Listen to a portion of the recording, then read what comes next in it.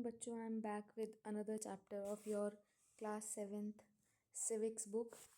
तो आज हम जो चैप्टर पढ़ने वाले हैं उसका नाम है chapter number 6, understanding media. Understanding media का मतलब क्या होता है? अंडरस्टैंडिंग का मतलब होता है समझना, ठीक है। और मीडिया होता है जितना भी हम लोग पिक्चर्स देखते हैं, टीवी में ऐड देखते हैं, न्यूज़ देखते हैं, या कुछ भी ऐसी चीज़ जो हमें विजुअल के थ्रू समझ आ रही है या फिर हम लोग रेडियो के माध्यम से सुन रहे हैं, वो सब एक तरीके का क्या है? मीडिया है। आगे हम लोग पढ़ते हैं इसके बारे में। जैसा कि यहाँ पे लिखा हुआ है, everything ranging from the stall at the local fair to the programme that you see on a TV can be called as media. वो बता रहा है कि आप कुछ भी छोटी से छोटी चीज़, आप किसी एक स्टॉल होता है, आपने कोई मेले में देख जाते हो आप, छोटी छोटी दुकानें लगी होती हैं, तो वो एक तरीके का स्टॉल है, ठीक है। तो आपने मेले में छोटी से छोटी दुकानें देखी, वहाँ पे आपने कोई प्रोग्राम देखा, या फिर आपने टीवी में कोई प्रोग्राम देखा, वो सब किसके अंडर आता है? मीडिया के अंदर आता है। Media is the plural form of word medium. जो मीडिया है वो प्लूरल फॉर्म है। हम लोग पढ़ते हैं सिंगुलर और प्लूरल। सिंगुलर में हम लोग सारी सिंगल चीज़ों की बात करते हैं, जैसे बॉय, गर्ल, कैट, और इनका प्लूरल क्या हो जाता है? बॉयज़, गर्ल्स, कैट्स, ठीक है। तो ऐसे ही वो यहाँ पे बता रहा है कि मीडिया जो है वो प्लूरल फॉर्म है कौन से शब्द का? मीडियम का। It describes the various ways through which we communicate in society.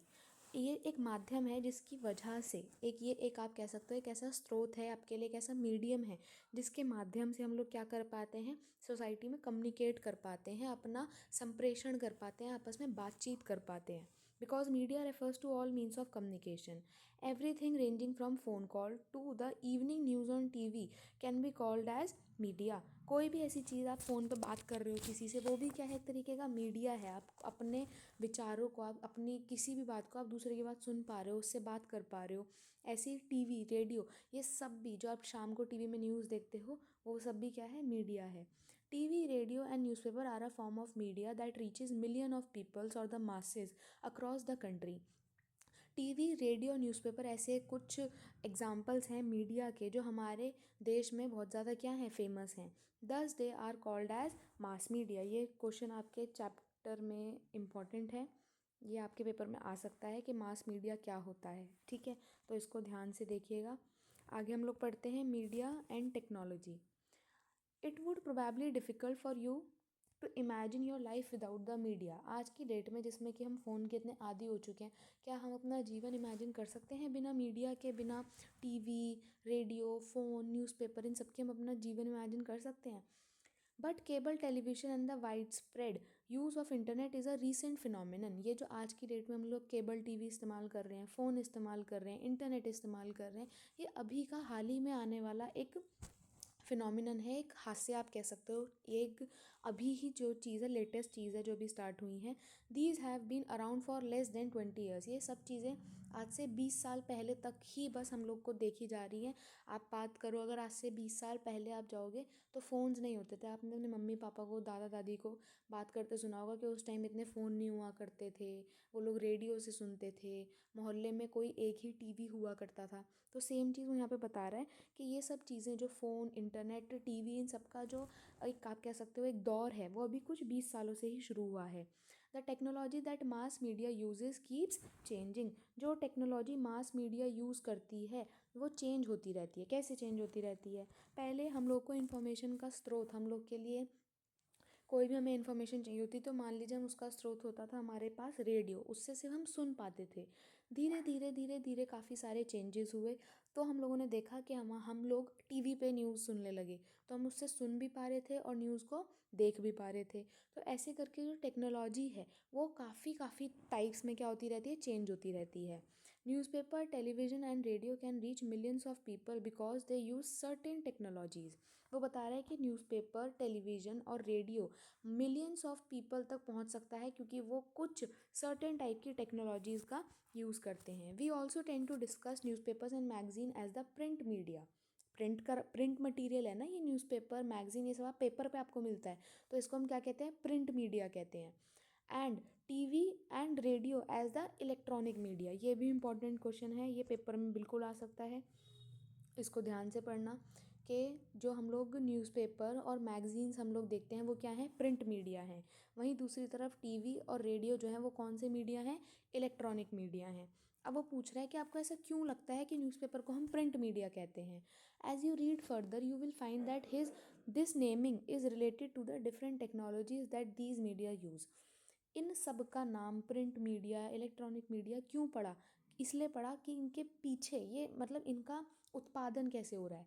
जैसे प्रिंट मीडिया हमने न्यूज़पेपर का नाम क्यों रखा, क्यों, क्योंकि हम उसकी प्रिंटिंग करा रहे हैं, हम उसको छपवा रहे हैं। इलेक्ट्रॉनिक मीडिया हमने इसका नाम क्यों दिया, क्योंकि इसमें हम किसी इलेक्ट्रॉनिक अप्लाइंस का एक मशीन का इस्तेमाल कर रहे हैं, टीवी या रेडियो जैसी एक मशीन का इस्तेमाल करके हम इसका इस्तेमाल कर रहे हैं। तो इन्हीं बेसिस पे इनका नाम पड़ गया प्रिंट मीडिया या फिर electronic media. The following paragraphs will give you a sense of the ways in which technology that mass media uses has changed over years and continues to change. वो बताते हैं कि कैसे जो आप आने वाले, अब आप यहाँ पे पैराग्राफ्स पढ़ोगे उसमें आप देखोगे कि कैसे कैसे जो टेक्नोलॉजी है मास मीडिया में वो चेंज हुई और आगे भी चेंज होती रहेगी। एक सबसे अच्छा एग्जांपल आज की डेट में हम बहुत यूज़ करते हैं, चैट जीपीटी।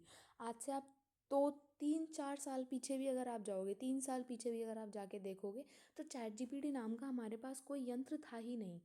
हम यूज़ ही नहीं करते थे, हमें कुछ भी सर्च करना होता था हम गूगल पे सर्च करते थे।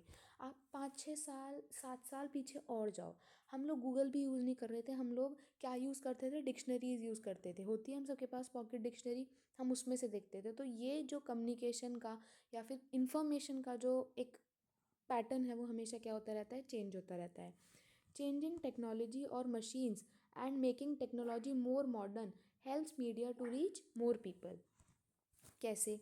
देखो, पहले अब आप इमेजिन करो, आज से 7 8 साल पहले शायद आपके घर में मम्मी के पास टच स्क्रीन फ़ोन नहीं होगा, सिर्फ पापा के पास होगा। धीरे धीरे करके जैसे जैसे टाइम चेंज हुआ तो आपकी मम्मी के पास भी टच स्क्रीन फ़ोन आ गया। तो ये एक तरीका है कि चेंजिंग टेक्नोलॉजी, जब टेक्नोलॉजी चेंज होती है, मशीनें चेंज होती हैं, जैसे जैसे वो मॉडर्न होती जाती हैं, तो मीडिया जो होता है वो ज़्यादा से ज़्यादा लोगों तक पहुंच पाता है। It also improves the quality of sound and the images that you see. सबसे अच्छा एग्जांपल आपकी एनसीईआरटी बुक्स, आपकी जो एनसीईआरटी बुक्स हैं वो पुरानी प्रिंट हो रखी हैं। आप अब तो आपका नया करिकुलम आ गया तो आपके पास सारा बुक का स्टॉक है। लेकिन अगर आप कुछ टाइम पहले की अपनी बुक्स देखो तो आप देखोगे सारी वो एनसीईआरटी जो बुक्स हैं वो पुरानी प्रिंट हो रखी हैं। तो आप उनकी फ़ोटोज़ में देखोगे तो वो बड़ी ब्लैक एंड वाइट टाइप की दिखती हैं, बहुत धुंधली धुंधली इमेजेस दिखती हैं। वहीं आप दूसरी तरफ नोटिस करो, जो हम बच्चों की बुक्स देखते हैं आज के डेट में, उनकी प्ले वे की बुक्स होती है तो वो कितनी कलरफुल होती हैं और कितना उसमें चेंज आ चुका है। तो यही सब बता रहा है कि जैसे जैसे टेक्नोलॉजी चेंज होती है तो इमेज की क्वालिटी, उसका साउंड, आप वीडियोस वगैरह देखो, आप लोग अगर किसी की व्लॉगर की वीडियोस वगैरह देखते होंगे तो आप उसका 7 8 साल पुराना व्लॉग निकाल के देखो, उसको देखो, और जो वो आज के फ़ोन से आज की टेक्नोलॉजी यूज़ करके जो वो व्लॉग बना रहा है उसको देखो, आपको डिफरेंस क्लियर दिख जाएगा। But technology does more than this. It also changes the way in which we think about our lives. देखो, टेक्नोलॉजी सिर्फ यही सब चेंजेस नहीं करता है, वो हमारी सोच में भी बदलाव ला देता है। इसका एक एग्जांपल आप ऐसे ले सकते हो कि जब हम लोगों को डिक्शनरी में चीज़ें ढूंढनी होती थी तो हम लोग एक शब्द का मतलब ढूंढने जा रहे हैं और उस एक शब्द के पीछे हम लोग काफ़ी सारे शब्दों को देख लेते थे, हमें पता चल जाता था कि हाँ इस शब्द का मतलब ये होता है, ये होता है। लेकिन आज की डेट में हमें कुछ भी अगर डिफ़िकल्ट कोई वर्ड लगता है हम तुरंत ही गूगल खोल के और उसको सर्च कर लेते हैं। तो इसने हमारी क्या बदल दिया, हमारी सोच को बदल दिया है। ठीक है, आपको कुछ सर्च करना होता तो आप अपने आप में माइंड में टाइम सोच के चलते थे कि हाँ मुझे 3 से 4 मिनट तो डिक्शनरी में लगेंगे किसी शब्द को ढूंढने में। लेकिन अब आपके सोचने का जो नज़रिया वो बदल गया है कि हाँ मैं तो तुरंत ही गूगल करूँगी और मुझे उसका आंसर मिल जाएगा। तो ऐसे ही वो हमारी सोचने की क्षमता में भी क्या ला देता है, परिवर्तन ला देता है। Today it is quite difficult for us to think our lives without television. हमारे लिए काफ़ी मुश्किल है ये सोचना कि हमारा जीवन कैसा होगा बिना टीवी के। Television has enabled us to think of our self as member of a large global world. देखो, कुछ टाइम पहले, फिर अब ये इस चैप्टर को पढ़ने के लिए आप दो चीज़ों में कंपैरिजन लेके चलना, दो चीज़ों को सोच के चलना, एक आज का समय और आज से 4 6 साल पहले का समय, तो ये चैप्टर ज़्यादा अच्छे से समझ आ पाएगा। टीवी पे आज से 4 6 साल पहले काफ़ी सारे ऐसे चैनल्स थे जो नहीं आते थे, आप लोगों ने नोटिस किया होगा। ये काफ़ी सारे इंटरनेशनल इंटरनेशनल यानी बाहर के, जैसे के ड्रामाज़ वगैरह हम देखते हैं तो के ड्रामाज़ आप सबको पता होगा कोरियन ड्रामाज़ होते हैं या सी ड्रामाज़ चाइनीज़ ड्रामाज़ होते हैं। ये सब पहले टीवी पे नहीं आते थे। इनको अगर हमें देखना होता तो हमें यूट्यूब पे, किसी ऐप पे, हॉटस्टार पे, नेटफ्लिक्स पे इनको हम लोग देखते थे। लेकिन आज की डेट में जैसे जैसे चेंजेस हुए, हम लोग बाहरी दुनिया से भी क्या हो गए, काफ़ी ज़्यादा कनेक्ट कर पाए, अपना जुड़ाव महसूस कर पाए। क्यों? क्योंकि ये सारे कोरियन ड्रामाज, चाइनीज़ ड्रामाज आजकल हम लोग टीवी पे भी देख सकते हैं। ठीक है, टीवी पे भी ये जो है, इनके चैनल्स जो हैं वो आते हैं। ठीक है। Television images travel huge distance through satellites and cables. अच्छा, बचपन में तो ये सबको याद होगा कि हम लोग सोचते थे कि कोई भी टीवी पे कुछ प्रोग्राम चल रहा है तो लोग उसके अंदर बैठे हुए हैं और वो वहाँ से परफॉर्म कर रहे हैं। तो television images travel huge distance through satellites and cables. जो टेलीविज़न के अंदर, टीवी के अंदर जो हम चित्र देख पा रहे हैं, वो हम तक पहुंचने से पहले काफ़ी सारी दूरी तय करते हैं। किन किन के साथ? सैटेलाइट और केबल्स के साथ। अब चलो डायग्राम पे आ जाते हैं। सैटेलाइट्स क्या होती हैं? हम लोग सोलर सिस्टम के बारे में पढ़ते हैं, जिसमें हमारे पास हो एक होते हैं सन। ठीक है। उसके आसपास हम लोग सोलर सिस्टम में देखते हैं काफ़ी सारे हमारे पास यहाँ पे प्लैनेट्स होते हैं। कुछ इस तरीके का ही हम बना रहे होते हैं सोलर सिस्टम, याद आ रहा हो। इन्हीं बीच में हमारे काफ़ी सारे हम लोग यहाँ पे प्लैनेट्स दिखाते हैं कि ये हमारे प्लैनेट्स हैं। इन्हीं में से हम लोग एक प्लैनेट उठा लेते हैं और उस प्लैनेट को हम नाम दे रहे हैं, वो है हमारी अर्थ। ओके। तो हमारी जो अर्थ है, अर्थ के ऊपर जब हम लोग यहाँ रह रहे हैं, हम लोगों को, हम जब टीवी में कुछ भी इमेज देख रहे हैं, वो टीवी में आने से पहले क्या होता है?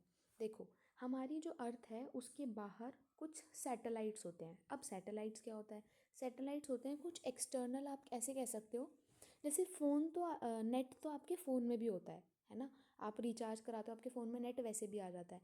लेकिन हम फिर भी घर में वाईफाई लगवाते हैं हम लोग वाईफाई। तो वो एक एक्सटर्नल क्या हो गया, एक डिवाइस हो गया, एक बाहरी डिवाइस हो गया, जिसको हम लगा रहे हैं कि हमारे घर का नेटवर्क अच्छा हो पाए। तो सेम चीज़ ऐसी है कि अगर मेरे को कोई पिक्चर दिखानी है तो भाई मैं उसको ड्रॉ करके कॉमिक बुक्स के थ्रू भी दिखा सकती हूँ। लेकिन अगर मुझे उसकी पिक्चर क्वालिटी इंप्रूव करनी है, उसमें साउंड ऐड करवाना है, उसको ज़्यादा लोगों तक मुझे पहुँचाना है, तो मैं किसकी मदद लूँगी? किसी एक्सटर्नल डिवाइस की, किसी बाहरी डिवाइस की मदद तो लूँगी ना। तो इसलिए हम लोग के पास क्या होते हैं, हमारी अर्थ के बाहर ये सारे क्या होते हैं? सैटेलाइट्स होते हैं। सैटेलाइट्स आप लोगों ने देखी होगी, अगर आपने मिशन मंगल वाली मूवी देखी है तो उसमें भी आप देखते हो कि एक सैटेलाइट होती है जो पृथ्वी का चक्कर लगाती है। हमारे जो फ़ोन कॉल्स होते हैं, हमारा इंटरनेट होता है, वो सब किससे कनेक्ट हो रखा है? सैटेलाइट से कनेक्ट हो रखा है। और उसी के थ्रू हम लोग क्या कर पाते हैं? आपस में कनेक्ट कर पाते हैं। ठीक है। तो सैटेलाइट्स वगैरह और इन सब के थ्रू पहले जो इमेजेस होती हैं वो ट्रैवल करके आती हैं, वो पूरा रास्ता कवर करके आती हैं और उसके बाद ही वो हम तक पहुंच पाती हैं। This allows us to view news and entertainment channels from other parts of the world. Most of the cartoons that you see on television are mostly from Japan. देखो, हम डोरेमोन देखते हैं, ठीक है, जो कि उर्मी का फेवरेट है। तो हम लोग जो डोरेमोन देखते हैं वो कहाँ का कैरेक्टर है? जापान का कैरेक्टर है। ठीक है। तो हम लोग वो बताना चाह रहे हैं कि जितने भी कार्टून कैरेक्टर्स हम लोग देखते हैं वो ज़्यादातर कहाँ के होते हैं? जापान के बने हुए होते हैं या फिर यूनाइटेड स्टेट्स के। अब ये जापान और यूनाइटेड स्टेट्स के हमारे घर के बगल में है कि हमें यूं ही दिख जाएगा सीधा टीवी के अंदर कोई कैरेक्टर आके बैठ गया? ये सब हम लोग हमारे पास तक कैसे पहुंच पा रहा है? सैटेलाइट्स और केबल्स की मदद से।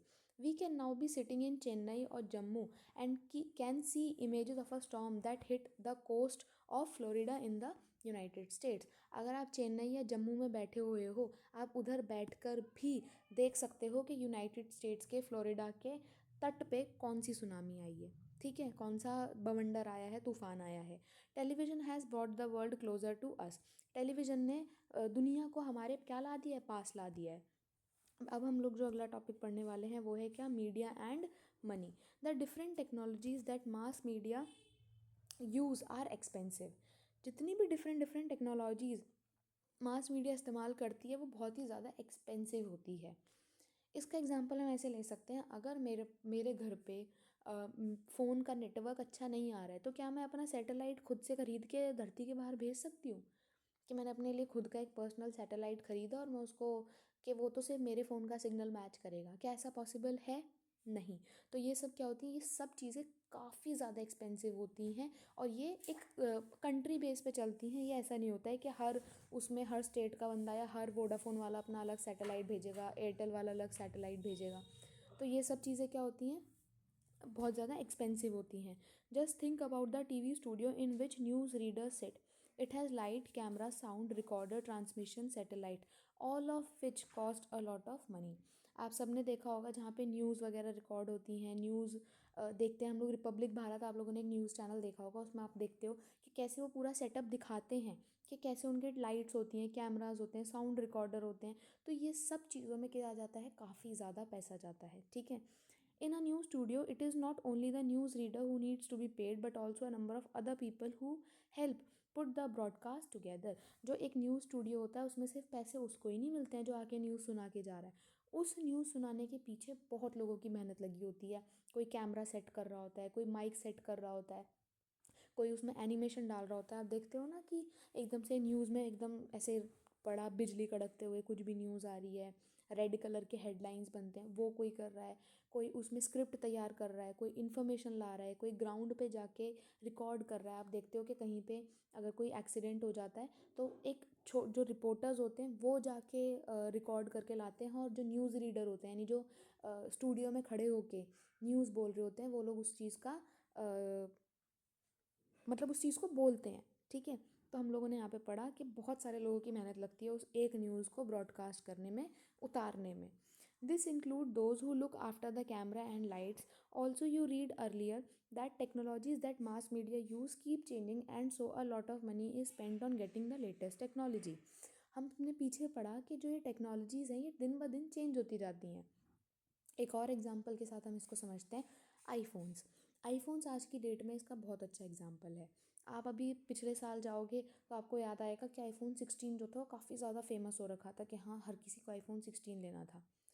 जब आईफोन 16 लॉन्च हो जाता है या फिर कोई भी नया आईफोन लॉन्च हो जाता है, मार्केट में आ जाता है, तो उससे जो पिछले वाला आईफोन होता है उसकी कोई वैल्यू नहीं रहती। समझ रहे हो आप इस चीज़ को। जबकि आईफोन 16 पिछले साल लॉन्च हुआ, उसकी प्राइस बहुत ज़्यादा बढ़ा दी गई। उसमें वो 1-1 लाख तक बिक रहा था, 80-80 हज़ार में उसका रेट जा रहा था। अब आईफोन 16 का जैसे ही थोड़ा सा क्राउड ठंडा हुआ, आईफोन 17 लॉन्च हो गया। आईफोन 17 अगर आप आज की डेट में देखो तो वो 1,34,000 का है मार्केट में। तो फिर ये क्या हुआ, अब ये लेटेस्ट टेक्नोलॉजी आई तो उसका रेट भी बढ़ गया, उसकी कॉस्ट भी बढ़ गई और पिछले वाले की वैल्यू भी अपने आप कम हो गई। अब हर किसी को क्या चाहिए, हम तो लेटेस्ट वाला आईफोन चाहिए, उससे तो वीडियो क्वालिटी, साउंड क्वालिटी बहुत अच्छी आएगी। तो ये सब चीज़ें होती हैं कि टेक्नोलॉजीज़ जो होती हैं वो टाइम के साथ चेंज होती रहती हैं और उसमें बहुत सारा पैसा लगता है। Due to these cost, the mass media needs a greater deal of money to do its work. As a result, most television channels and newspaper are a part of big business houses. इसका example ये देखो, वो बताता है कि इसमें इतना पैसा लगता है कि कोई ऐसे नहीं कर सकता कि मेरा किसी दिन मन किया कि मैं अपना एक न्यूज़ चैनल खोलूँगी और बस मैंने शुरू कर दिया कि जाके न्यूज़ ही तो पढ़नी है। अब मैं नॉर्मली फ़ोन से रिकॉर्ड करके अगर न्यूज़ सुनाने लग जाऊँगी तो क्या कोई सुनेगा? नहीं, ठीक है। आप लोग भी देखते हो कि जो बहुत ही सिंपल वीडियोज़ होती हैं हम लोग उनको देखना इतना ज़्यादा पसंद नहीं करते, जिसमें बहुत ज़्यादा कलर, बहुत अच्छी साउंड आ रही होती है, हम उन वीडियोज़ को देखना ज़्यादा पसंद करते हैं, ठीक है। Mass media is constantly thinking of ways to make money. जो मास मीडिया होती है वो हमेशा इस प्रयास में रहती है, ये सोचती रहती है कि कैसे हम लोग पैसा बनाएं। One way in which the mass media earns money is by advertising different things like cars, chocolates, clothes, mobile phone etcetera. You must have noticed the number of advertisement that you have to see while watching your favorite television show. जब भी आप TV देख रहे होते हो और उसमें add आती हैं तो वो ऐड क्या है, वो ऐड जो जैसे मान लो आपने गुड डे बिस्किट की ऐड देखी, ठीक है। तो जैसे आप लोग अपना फेवरेट शो डोरेमोन देख रहे थे, डोरेमोन जैसी थोड़ा रुका और उसके बाद आपकी ऐड आई क्या बोलते हैं आपके गुड डे बिस्किट की। जैसी वो बिस्किट की ऐड आई उसके बाद आपके पास और भी ऐड्स आती है, कार की ऐड आती हैं, किसी सीरियल की ऐड आती है। तो ये सब चीज़ें क्या हैं, ये एडवर्टाइजमेंट्स हैं। ये ऐड वाले, ये कंपनी वाले जो होते हैं ये पैसे देते हैं किसको, चैनल को। चैनल को पैसे देते हैं कि आप हमारे इस प्रोडक्ट का प्रचार करो अपनी चैनल पे। इसका एग्जांपल आप एक और आप देख सकते हो, आप लोगों ने रोड पे देखा होगा, कुछ लोग होते हैं जो आपको पैम्फलेट्स दे रहे होते हैं किसी कोचिंग क्लास के, किसी स्कूल के। तो वो लोग को क्या बस ऐसे ही शौक चढ़ा है फ्री में काम करने का? नहीं, उन लोग को क्या किया जाता है, पैसे दिए जाते हैं। अब वो उस मतलब उन्हें पैसे दिया जाता है, उन्हें पे किया जाता है, और उसके बाद वो उनके स्कूल का, किसी के भी स्कूल का प्रचार करते हैं। ठीक है। One way in which the mass media earns money is by advertising. While watching a cricket match on TV, the same advertisements are shown repeatedly between each over, and so you are often watching the same image over and over again. जब कोहली खेल रहा होता है और उसके खेलते time add आती है, तो हम सब लोग को बहुत गुस्सा आता है ना? तो वो ऐड क्या होती है, हर ओवर के बाद एक ऐड दे देते हैं, हर ओवर के बाद ऐड दे देते हैं। मतलब वो 2 मिनट उस पर मैच दिखाते हैं और उसके बाद 3 मिनट की वो ऐड दे देते हैं। तो ये सब क्या है, वो वाली पिक्चर्स जो है वो हमें बार बार दिखा रहे हैं, ताकि हम उनसे क्या करें, उनके प्रोडक्ट को ख़रीदने जाएं। समझ रहे हो? हम बचपन में करते थे, आप लोगों को याद होगा कि बॉर्नविटा के साथ बैट मिलता था, या फन फ्लिप्स के आपको याद होगा स्टिकर्स इकट्ठे करते थे, कार्ड्स इकट्ठे करते थे, तो हम उनको जोड़ के जाते थे तो हमें कुछ बॉल मिल जाती थी, शटल कॉक मिल जाती थी। तो ये सब की ऐड कहाँ आती थी, टीवी पे दिखाते थे। और आपने एक देखी होगी वो साइकिल की ऐड, जिसमें कार्टून के साथ उसको जोड़ा जाता था, आई थिंक क्रिश साइकिल उसको कहते थे। तो उसके थ्रू हमें क्या वो कर रहे हैं, वो लोग हमें अट्रैक्ट कर रहे हैं, हमें अपनी तरफ आकर्षित कर रहे हैं कि हम उनके उस सामान को खरीदें। ठीक है। As you will read in the following chapter, advertisement are repeated in the hope that you will go out and buy what is advertise. वो बताते हैं कि ये जो हम लोग जो भी एडवर्टाइजमेंट हम लोग देखते हैं वो बार बार रिपीट क्यों की जाती है, ताकि हम लोग वो देखें और हम लोग उस चीज़ को ख़रीदने जाएँ जो हम लोग को वहाँ पे दिख रही है। Media and democracy. Media and democracy क्या है? देखो, डेमोक्रेसी एक ऐसा आप कह सकते हो माहौल होता है जहाँ पर सब लोग एक साथ बराबरी में रहते हैं। ठीक है। उसमें जैसे कि आप देख सकते हो मीडिया एंड डेमोक्रेसी, आप इसको ऐसे समझो जैसे आज की डेट में सबको फ्रीडम है। मान लो मुझे किसी नेता की कोई उन्होंने कोई पॉलिसी निकाली, कोई उन्होंने नई स्कीम निकाली, मुझे वो पसंद नहीं आई, तो क्या मेरे को हक है कि मैं उसके ऊपर वीडियो बना के डालूँ? बिल्कुल हक है। आप लोग आज देखते हो यूट्यूब पे कोई रेस्ट्रिक्शन नहीं है, कोई रोकथाम नहीं है, आप कोई भी कंटेंट बना के उस पर डाल सकते हो। तो मीडिया एंड डेमोक्रेसी में वही बताना चाह रहा है, in a democracy the media plays a important role in providing news and discussing events taking place in the country and the world. Democracy में जो मीडिया है, जो ये हम लोग इस्तेमाल करते हैं, टीवी का और हमारे रेडियोज़ का, टेलीफोन्स का, इंटरनेट का, ये सब एक बहुत इंपॉर्टेंट रोल प्ले करती है। क्या प्रोवाइड करने में? न्यूज़ हमें भेजने में, डिस्कसिंग इवेंट्स टेकिंग प्लेस। अब हमें नहीं पता भाई कहाँ पे कौन सी चीज़ हो रही है, मोदी जी कहाँ पे किससे मिलने गए हैं, कौन सी कंट्री में गए हैं, हमें क्या बता रहे हैं वो आके? या हम लोग क्या स्कूल में इस बारे में डिस्कस कर रहे हैं? नहीं। तो हमें ये सब चीज़ें कहाँ से पता चलती है? हमें टीवी से पता चलती है, न्यूज़ से पता चलती है, फ़ोन से पता चलती है। ठीक है। And often if they wish to they can take action on the basis of these news and stories. अब देखो, हमें जैसा बता दिया जाता है, जैसे कि मैं आपको बोलूँ कि शाम को 7 बजे के बाद बाहर नहीं निकलना चाहिए वरना आपको कोई उठा के ले जाएगा।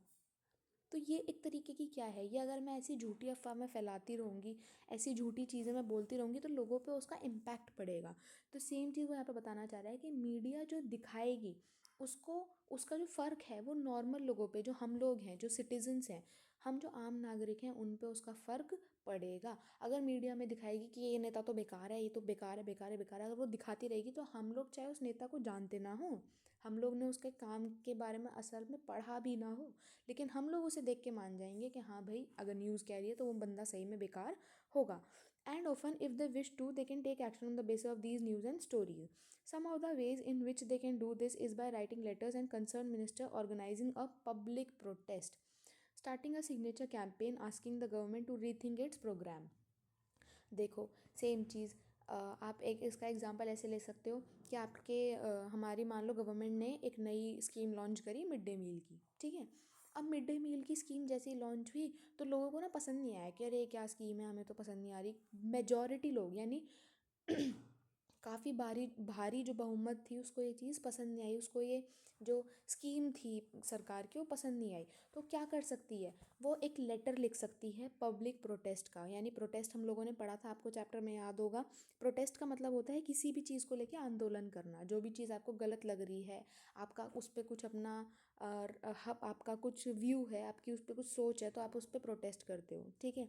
तो हम लोग क्या बताते हैं कि हम लोग को अगर उनका कोई चीज़ जो सरकार ने कोई स्कीम दी अगर वो हमें पसंद नहीं आई है, तो हम लोग क्या कर सकते हैं, हम गवर्नमेंट को, उस कंसर्न्ड मिनिस्टर को हम लोग क्या कर सकते हैं, लेटर लिख सकते हैं, एक कैंपेन स्टार्ट कर सकते हैं, एक आंदोलन स्टार्ट कर सकते हैं, और उसको सरकार को हम लोग विवश कर सकते हैं कि वो उस अपने फैसले पर पुनः विचार करें।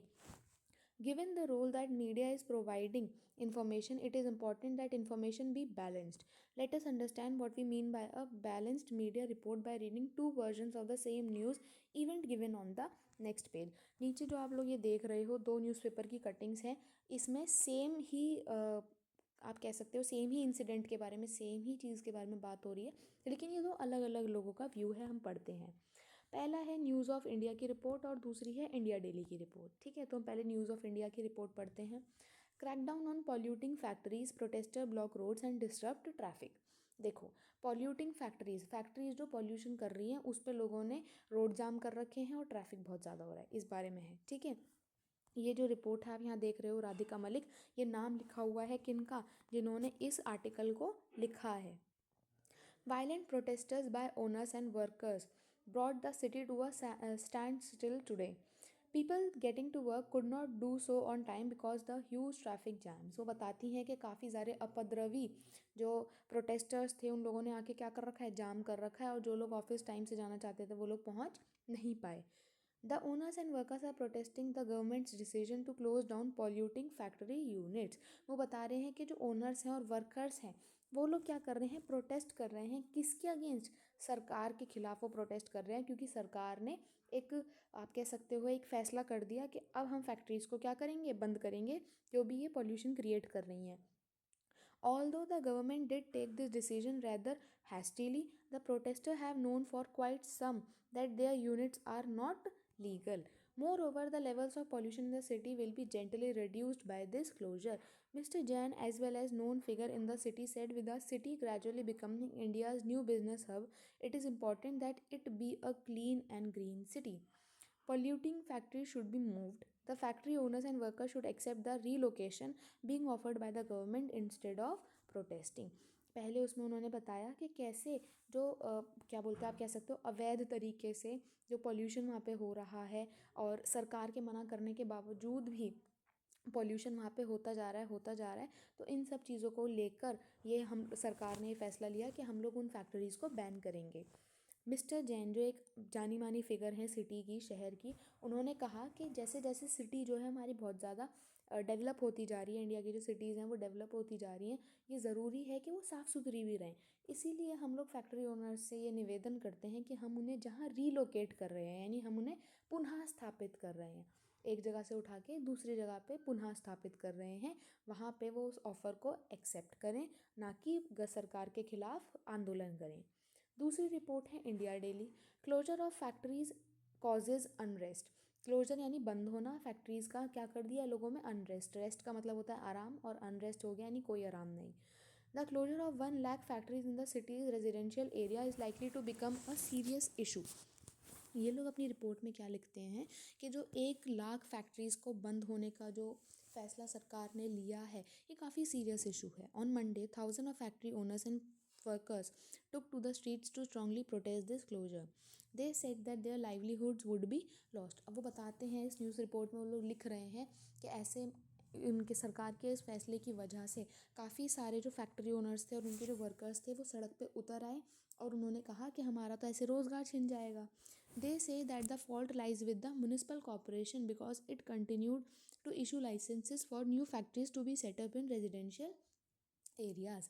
इस बात को उल्टा डाल दिया गया किस पे, म्यूनिसिपल कॉरपोरेशन पे। म्यूनिसिपल कॉरपोरेशन दिल्ली में जैसे आप देखते हो एमसीडी है, ठीक है, तो म्यूनिसिपल कॉरपोरेशन पे उल्टा डाल दिया गया कि वो ही है भाई जो लाइसेंस इशू करती रहती है कि हाँ आप कहीं पे भी फैक्ट्री सेटअप कर लो। आप लोग देखते हो गलियों में जहाँ पे हम लोग रहते हैं, किसी सोसाइटी में, कॉलोनी में, वहाँ पे भी फैक्ट्रीज़ होती हैं, जबकि ऐसा कोई लाइसेंस इशू नहीं करा जाता। ये सारी फैक्ट्रीज़ कैसी होती हैं? अवैध फैक्ट्रीज़ होती हैं, ठीक है, इनके पास कोई लाइसेंस नहीं होता, ठीक है, रेजिडेंशियल एरिया यानी जहाँ पे लोग रहते हैं। उसके बाद they also say that there were no adequate relocation efforts. वो बताते हैं कि रीलोकेशन, ये जो पुनः स्थापना की मिस्टर जैन ने बात करी है, इसको लेकर तो कुछ भी बातचीत ऐसी सही नहीं लग रही है, ठीक है। The owners and workers plan a one day city bandh to protest against this closure. Mister Sharma, one of the factory owners, said the government says that it has done to lot to relocate us, but the areas they have sent us to have no facilities and have been developed for the last 5 years। वो बताते हैं mister Sharma, उनमें से एक factory owner है, factory के मालिक हैं, उनका कहना है कि कैसे वहाँ पे जिन लोगों ने, सरकार ने जो उन्हें रीलोकेट करा है, दूसरी जगह पे भेजा है, वहाँ पर कोई फैसिलिटीज़ है ही नहीं। वो काफ़ी टाइम से, काफ़ी सालों से वहाँ पे कोई डेवलपमेंट हुआ ही नहीं। तो यहाँ पे आपने सेम इंसिडेंट की, सेम ही बात की, दो न्यूज़पेपर्स की रिपोर्ट पढ़ी। देखते हैं the fact that if you had read either newspaper you would only know one side of the story.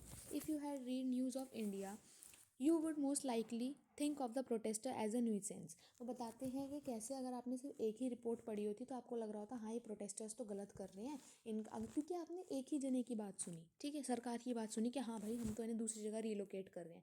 लेकिन दूसरे न्यूज़पेपर में आप लोगों ने वर्कर्स की भी बात समझने की कोशिश कर ली, आपको समझ आई कि कैसे उनके रोज़गार पे इफेक्ट पड़ेगा, कैसे जहाँ पे उन्हें जो दूसरी जगह पे रिलोकेट किया जा रहा है वहाँ पे अच्छी फैसिलिटीज़ नहीं है, ठीक है।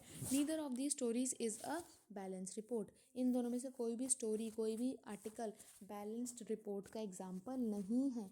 किसी में भी दोनों तरफ की बात नहीं करी गई, दोनों न्यूज़पेपर्स ने अपनी अपनी जगह पे अलग अलग लोगों की बात करी है, ठीक है। A balance report is one that discusses all point of views of a particular story and then leaves it to readers to make up their mind. एक बैलेंस्ड रिपोर्ट क्या होती है? जिसमें जो दोनों तरफ की बात कही जाएगी और छोड़ किस पे दिया जाएगा? हम लोगों पे, जो लोग उसे पढ़ रहे हैं उन पे छोड़ दिया जाएगा कि आप इसको वैसे लीजिए जैसा आप इसको समझना चाहते हैं। Writing a balanced report, however, depends on the media being independent, and independent media means that no one should control and influence its coverage of news। ये important चीज़ है। इंडिपेंडेंट मीडिया क्या होती है? जिसमें मीडिया को कोई कंट्रोल करने वाला ना हो। जैसे मैंने कोई पार्टी खड़ी करी, मैं इलेक्शंस में खड़ी हुई, साथ के साथ मैंने सारे मीडिया चैनल्स को, न्यूज़पेपर वालों को, यूट्यूबर्स को, मैंने सबको पैसा खिला दिया, बहुत सारा पैसा मैंने उन्हें दे दिया कि अब तुम मेरे बारे में सिर्फ अच्छा अच्छा बोलना, मेरी कोई भी बुरी बात होगी तो वो लोग आप मत दिखाना। अगर मैं ऐसा उन्हें पैसे दे दूँगी, बहुत सारे पैसे देती रहूँगी, तो क्या वो मेरी बुराई करेंगे? नहीं। वो क्या करेंगे? कोई बैलेंस रिपोर्ट देंगे कि मेरे अच्छे काम को भी दिखाएं, मेरे बुरे काम को भी दिखाएं? नहीं, वो सिर्फ मेरे अच्छे काम को ही दिखाएंगे। और तो एक तरीके से हो गया कि मैंने मीडिया को ख़रीद लिया, समझ रहे हो? तो ऐसे करके जो एक बैलेंस रिपोर्ट है वो तभी बन सकती है जब मीडिया क्या होगी? इंडिपेंडेंट होगी, ठीक है। An independent media is important in a democracy. As you read above, it is on the basis of the information that the media provide that we take actions as citizens।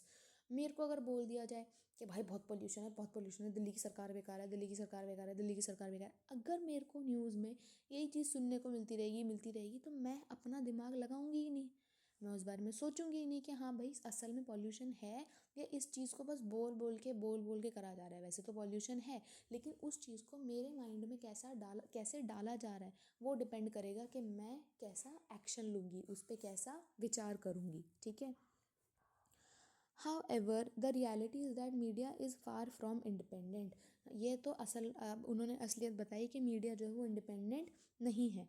This is mainly because of two reasons. First is control that the government has on the media. पहला, सरकार का बहुत control है किस पे? Media पे। When the government prevent either a news item or scenes from a movie or the lyrics of a song from being shared with a larger public, this is referred to as a censorship. देखो वो यहाँ पे क्या बताना चाह रहा है? When the government prevents either a song from being shared with a larger public, this is referred as censorship. censorship लग जाती है कि हाँ आप इस सॉन्ग को, इसमें मेरा राइट है, आप इस वाले सॉन्ग को यूज़ नहीं कर सकते. There have been periods in India history when the government censored the media. The worst of these was the emergency between 1975 to 77. तो जो 2 साल की इमरजेंसी पीरियड हमारे भारत ने देखा था, उस टाइम पे हम लोगों ने क्या कर दिया था, मीडिया को सेंसर कर दिया था. इस वाले बॉक्स को हम पढ़ेंगे लास्ट में. आगे पढ़ते हैं. While the government does continue to sensor films, it does not. While the government does continue to censor film, it does not really censor the media's coverage of news. जब government sensor करना शुरू करती है films को, इसका मतलब ये नहीं है कि वो मीडिया कवरेज को भी सेंसर करेगी. Despite the absence of censorship by the government, most newspaper nowadays still fail to provide a balance story. जिसमें कि काफ़ी सारे न्यूज़पेपर्स जो होते हैं वो बैलेंस स्टोरी देने में आज भी असमर्थ हैं. The reason for this are complicated. Person who research the media have said that this happens because business houses control the media. वो यहाँ पे बताते हैं कि एक न्यूज़पेपर बैलेंस्ड रिपोर्ट आज भी क्यों नहीं दे पा रहा है. इसका रीज़न एक वहाँ पे काम करने वाले व्यक्ति ने बताया कि क्यों नहीं दे पा रहा है, क्योंकि मीडिया हाउसेज जो हैं उनको बड़े बड़े बिजनेस हाउसेज कंट्रोल करते हैं. It is the interest of these businesses to focus on only one side of the story. Media's continual need for money and its link to advertising means that it become difficult for media to be reporting against people who give them advertisement. देखो, हर चीज़ depend करती है. ऐसा एक काम करते हैं, एक मेरी टीम है और मेरे सामने कोई और एक टीम है. हम एक एग्जांपल ले लेते हैं. चलो हम लोग ले लेते हैं, मैं हूँ और दूसरी तरफ एक लड़की है जिसका नाम है शालिनी. ठीक है, तो हम दो हैं. हम दो जनों ने अपनी अपनी पार्टी बनाई. हम दोनों इलेक्शंस में खड़े हुए. मैंने क्या करा, मैंने मीडिया को ख़रीद लिया.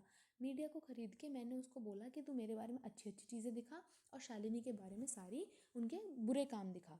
वहीं पे जो शालिनी है वो क्या करती है, वो अपना बिल्कुल फेयर इलेक्शंस लड़ती हैं. उन्होंने कोई मीडिया नहीं खरीदी, वो आराम से अपना काम कर रही हैं. ऐसे में क्या होगा, लोगों के सोचने पे फ़र्क पड़ेगा. अगर शालिनी ने मीडिया को नहीं खरीदा तो वो अपने काम को दिखा भी नहीं पाएंगी. अगर वो कुछ अच्छा काम कर रही हैं तो वो उस चीज़ को क्या नहीं कर पाएंगी, उसका प्रचार नहीं कर पाएंगी. लेकिन अगर मैंने मीडिया ख़रीद ली है तो मेरे पास क्या एडवांटेज है कि मैं अपने अच्छे काम का गुणगान करवाती रहूँगी, करवाती रहूँगी, करवाती रहूँगी. लोगों के कान में मेरा नाम गूंजता रहेगा. तो उससे क्या होगा, उनको पता चलेगा हाँ भाई यही एक नेता है, यही तो काम कराती है और तो कोई काम कराता नहीं. समझ रहे हो आप इस चीज़ का मतलब. तो medias continual need for money, पैसे की जो नीड है, मनी की क्या बोलते हैं, पैसे की जो नीड है मीडिया की, वो इस सब को क्या कराती है, काफ़ी ज़्यादा बढ़ावा देती है. This no longer considered independent because of its close link to business. Business हो गया है आजकल. मीडिया जो एक तरीका का क्या है, बस एक बिजनेस बन गया है. Beside the above, the media also tends to focus on a particular aspect of story because they believe this makes a story interesting. वो बताते हैं कि कैसे एक ही साइड की स्टोरी पे विश्वास किया जाता है, फोकस किया जाता है ताकि वो क्या लगे, इंटरेस्टिंग हो जाए. If they want to increase public support for an issue, they often do this by focusing on one side of the story. ठीक है, तो वो बताते हैं कि कैसे कैसे जो है वो एक ही पब्लिक सपोर्ट को एक इशू बनाने के लिए, बहुत बड़ा उसकी बात बनाने के लिए, या फिर आप एक चीज़, इसको आप एग्जांपल ऐसे भी ले सकते हो कि आपका कोई फेवरेट नेता है. फॉर एग्जांपल आपके फेवरेट हैं मोदी जी, तो आप लोगों ने एक न्यूज़ चैनल पकड़ लिया है जो मोदी जी के बारे में सिर्फ अच्छा अच्छा बताते हैं. तो आप क्या करोगे, आपका तो वही फेवरेट चैनल बन जाएगा. तो आप उससे क्या करोगे, आप लोगों ने उसको एक, आप एक पब्लिक बन गए, उस आप एक भीड़ में शामिल हो गए जो उस चैनल को सपोर्ट करती है. ठीक है. Setting agendas. एजेंडा सेट करना क्या होता है, एजेंडाज को आप ऐसे ले सकते हो, टारगेट ले सकते हो आप इसको, अगर आप सिंपल भाषा में समझना चाहो तो target. The media also plays an important role in deciding what stories to focus on and therefore decides on what is newsworthy. जो मीडिया होती है वो इंपॉर्टेंट रोल प्ले करती है फोकस करने में, टारगेट करने में कि कौन सी न्यूज़ दिखाना न्यूज़वर्दी है. देखो, कुछ शब्द होते हैं जो पेपर में आप लिख कर आओगे ना तो उनके आपको मार्क्स मिलेंगे. ठीक है, उनमें से एक शब्द है आपका न्यूज़वर्दी. न्यूज़वर्दी का मतलब होता है कि न्यूज़ लायक होना. आप इसको आसान भाषा में ये समझ सकते हो. ठीक है, हम सब ने डोरेमोन का वो वाला एपिसोड देखा होगा जिसमें जो बिल्ली के छोटे छोटे बच्चे होते हैं और वो खो जाते हैं, तो उनके लिए एक ऐड जो होती है पब्लिश करती है, और जो छोटे छोटे वाले डोरेमोन्स होते हैं वो उस न्यूज़ को जाके सब जगह लोगों तक पहुंचाते हैं. समझ रहे हो आप इस चीज़ को. अगर आप आज की डेट में देखो एक न्यूज़ चैनल ही डिसाइड करता है कि मेरे को टीवी पे क्या दिखाना है क्या नहीं दिखाना है। काफ़ी न्यूज़ चैनल्स में आप देखोगे, हम लोग काफ़ी सारे ऐसे देखते हैं कि कुछ रेप केसेस हम लोगों ने अभी पास्ट कुछ टाइम में देखे, जो रेप केसेस वो रेप हुए हैं, लेकिन वो न्यूज़ मीडिया में हमारे जो न्यूज़ चैनल्स हैं उन्होंने उसको दिखाने से इनकार कर दिया और उन्होंने वो दिखाया ही नहीं। वो सब चीज़ें हमें किस चीज़ के थ्रू पता चली, इंटरनेट के थ्रू पता चली, हमें इंस्टाग्राम के थ्रू, ट्विटर के थ्रू, फेसबुक के थ्रू, ये सब चीज़ें हमें पता चली। तो ये बताना चाह रहा है कि जो मीडिया होती है वो डिसाइड करती है कि क्या चीज़ हमें न्यूज़ दिखाना हमारे लिए फ़ायदेमंद है और क्या नहीं। Annual function of your school is unlikely to make the news. अब आपके स्कूल के एनुअल फंक्शन को क्या मैं रिपब्लिक भारत या आज तक पे चलवा दूँ कि ये भी तो इंपॉर्टेंट चीज़ है? ऐसा क्या हो सकता है? पॉसिबल है? नहीं। But if a famous actor is invited as chief guest then the media might be interested in covering it. लेकिन अगर आपके स्कूल में चीफ मिनिस्टर आती हैं, ठीक है, दिल्ली की जो चीफ मिनिस्टर हैं, सीएम है, अगर वो आती हैं तो वो क्या होगा, न्यूज़ वालों के लिए दिखाना काफ़ी ज़्यादा इंपॉर्टेंट इशू बन जाएगा कि हाँ भाई चलो चीफ मिनिस्टर को कवर करके आते हैं। By focusing on particular issue, media influences our thought, feeling, actions, and bring those issues to our attention. Due to significant influence it plays our lives, and in shaping thought, it is commonly said that media sets the agenda. वही वाली बात वो कहना चाह रहा है कि जो वो लोग दिखाते हैं वो हमारी लाइफ्स को, हमारे जीवन को काफ़ी ज़्यादा गहरी तरीके से प्रभावित करता है। Very recently the media drew our attention by alarming level of pesticides in cola drink. अभी वो बताते हैं कि कैसे मीडिया में काफ़ी ज़्यादा चल रहा था कि कैसे पेस्टिसाइड की मात्रा, पेस्टिसाइड होता है जो छोटे छोटे कीटनाशक आप इसको कह सकते हो हिंदी में, उनको मारने वाली जो दवाई होती है, कि कोको कोला की जो ड्रिंक्स होती हैं, कोला ड्रिंक्स होती हैं, उसमें ये पेस्टिसाइड की जो मात्रा है वो काफ़ी ज़्यादा है। They publish report that indicated the high level of pesticide and thus made us aware of the need to regularly monitoring these colas according to international quality and safety standard. अब ये देखो, उन्होंने ऐसा एक प्रचार छापा और उसके थ्रू हमें, उन लोगों ने हमें क्या किया, हम लोगों को अवेयर किया कि हम लोग इस चीज़ पे ध्यान दें। They did this despite government's resistance by boldly declaring that colas are unsafe. अब न्यूज़पेपर वालों ने या न्यूज़ वालों ने ये नहीं सोचा कि भाई इसका हम पे क्या प्रभाव पड़ेगा, उन्होंने बस इसको क्या कर दिया, पब्लिश कर दिया बिना किसी सेकंड थॉट के कि हाँ हम लोग का इसमें बाद में क्या फ़र्क पड़ेगा, हमें तो मार देंगे, कर देंगे, इस सब को सोचे बिना उन्होंने क्या करा, हम लोगों की, सिटीजन्स की भलाई के लिए हम लोगों तक ये इन्फॉर्मेशन पहुंचाई। In covering this story, the media positively helped us focus on an issue that affect our life. ये करके मीडिया ने हमें पॉजिटिवली मदद करी, हेल्प करी कि हम एक इशू पे फोकस करें that affect our life and one that we might not even have been aware of it had been for media reporting. There are several instances when the media fails to focus on issues that are significant in our lives. बहुत सारी बार क्या होता है कि media जो होती है वो उन इश्यूज़ पे फोकस ही नहीं करती जो हमारी लाइफ पे डिपेंड करते हैं। For example, drinking water is a major problem in the country. Every year thousand of people suffer and die because they do not get safe drinking water. काफ़ी सारे लोग जो होते हैं, हम लोग देखते हैं कि गंदा पानी पीने की वजह से उनकी क्या हो जाती है, मृत्यु हो जाती है, उन्हें काफ़ी भयानक बीमारियां हो जाती हैं, लेकिन न्यूज़ ये सब चीज़ें नहीं दिखाती है। We seldom find the media discussing this issue. A well-known Indian journalist wrote how the fashion week in which clothes designers show their new creation to rich people formed the front page headlines of the newspaper, while several slum का मतलब क्या होता है, झुग्गी झोपड़ियाँ, were being demolished in Mumbai. The very same week this was not even noticed. देखिए, वो बताते हैं कि कैसे दो जो इंसिडेंट थे, दो जो चीज़ें थी वो सेम टाइम पे हुई थी। एक था मुंबई में होने वाले जो स्लम्स होते हैं, जो झुग्गी झोपड़ियाँ होती हैं, उनको डिमोलिश करना, उनको तोड़ फाड़ करना, उनको उनकी जगह से हटाना, और दूसरी तरफ एक फ़ैशन शो का होना, जो आप यहाँ पे साइड में इमेज में देख पा रहे हो, ठीक है, जिसमें काफ़ी फेमस लोगों की हमें झलक देखने को मिली। तो यहाँ पे वो बताते हैं कि कैसे ये जो फैशन शो वाली इमेज थी, इसको ज़्यादा हेडलाइन बनाया गया, इसको फ्रंट पेज पे छपवाया गया, इसकी ज़्यादा बात करी गई, किसके कंपैरिजन में, जो हम लोग के मुंबई में जो जो झुग्गी झोपड़ियाँ थी उनको हटाया गया, उनसे ज़्यादा किस बारे में बात की गई, इस फैशन शो के बारे में बात की गई। As a citizen of a democracy, the media has a very important role to play in our lives because it is through media that we hear about this issue related. As a citizen of democracy, हम democracy में रहते हैं तो media हमारे लिए एक important role play करती है, because through media we hear about issues related to the working of the government, क्योंकि मीडिया के माध्यम से ही हम पता चल कर पाते हैं कि गवर्नमेंट कर क्या रही है, क्या काम कर रही है। The media decide what to focus and in this way it sets the agenda यानी एक टारगेट सेट करना कि हम लोग ये चीज़ दिखाएंगे। The government can at times prevent the media from publishing a story and this is called censorship. ये आपकी एक डेफिनेशन है, ये पेपर में पूछ ली जाएगी। The government can at times prevent the media from publishing a story, this is called as censorship. वो यहाँ पे क्या समझाना चाह रहा है कि काफ़ी बार गवर्नमेंट जो होती है वो रोक देगी किसी स्टोरी को, किसी न्यूज़ को छपने से, दिखाने से, उसको हम क्या कहते हैं, सेंसरशिप कहते हैं। Nowadays, media's close relationship with business often means that a balanced report is difficult to come by.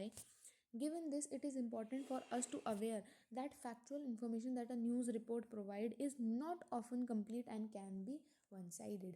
इसीलिए हमें ये समझना होगा कि जो न्यूज़ मीडिया में दिखाई जा रही है हम उस पर पूरी तरीके से विश्वास ना करें। काफ़ी बार वो इनकम्प्लीट भी हो सकती है और वन साइडेड यानी एक तरफा भी हो सकती है। We therefore need to analyse the news by asking the following question. अब हमें पता कैसे चलेगा कि भाई कोई न्यूज़ सही है, हम उसको कैसे पता कर पाएंगे, ठीक है। What is information I am learning from this report. आप अपने आप से सवाल पूछिए कि मैं इस रिपोर्ट से क्या इन्फॉर्मेशन सीख रहा हूँ, पहला। दूसरा, what information is not being provided. अब आप खुद से सवाल पूछिए कि क्या इन्फॉर्मेशन है जो प्रोवाइड हमें नहीं की जा रही है। जैसे कि आपने सोचा कि आपकी क्लास में कोई फ्रेंड है, आपकी क्लास की एक आपके साथ की पढ़ने वाली लड़की है, वो स्कूल नहीं आ रही है, तो आपको बस इतनी इन्फॉर्मेशन पता चली कि वो स्कूल नहीं आ रही है, तो आप उसके पीछे के रीज़न्स खुद से भी पूछिए कि क्या रीज़न रहा होगा कि वो नहीं आ रही है। From whose point of view is the article being written. किसके पॉइंट ऑफ व्यू से आर्टिकल लिखा जा रहा है। Whose point of view is being left out and why. अपने आप से आप सवाल भी पूछिए कि किसके पॉइंट ऑफ व्यू को यहाँ पे इग्नोर किया जा रहा है, किसके पॉइंट ऑफ व्यू को यहाँ पे सुना नहीं जा रहा है। होप आपको ये चैप्टर समझ आया होगा। आपको कोई भी डाउट हो तो आप नीचे कमेंट्स में पूछिएगा।